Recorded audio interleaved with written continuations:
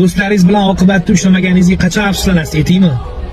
U qarz parz so'raganda bermasa yoki boshingizga og'ir kun kelganda yoningizda turmasa emas.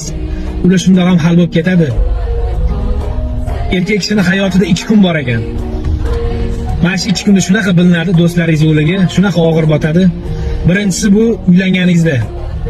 Kelinnikiga navkari ketayotganda kastim shimlarni kiyib ko'chaga chiqasiz, qarasangiz o'rtoqlaringiz yo'q.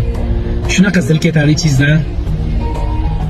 Ikkinchisi bu ham hammamizning boshimizda bor janozada. Janozada ham odam yonida o'rtoqlar turishini xolab qolar ekan. Yonida dalda bu paddeshga beradigan o'rtoqlarni xolab qoladi. Mana shu 2 kunda shunaqa og'ir botadi. O'shaning uchun o'rtoqlar oqibatda ushanglar. Meni ham shunaqa o'rtoqlarim bor, oqibatli ko'z tegmasin, hammasi pidaras. Hammasi talbayob, bir mashinnik bilib, bular bilan bir narsani bir maslahat qilib, bir nimadir tashkillashtirib bo'lmaydi, bormi bir. Adashib bir oyda bir yilda bir ko'rishib qolmasak, bet-betda o'tirib. Unda ham mana shu kassan oldin 20 yarim soat turishimiz kerak bor biz. Nesh bilan chiqibdi? Menga qo'shib tur. Men xalroq berib yuboraman.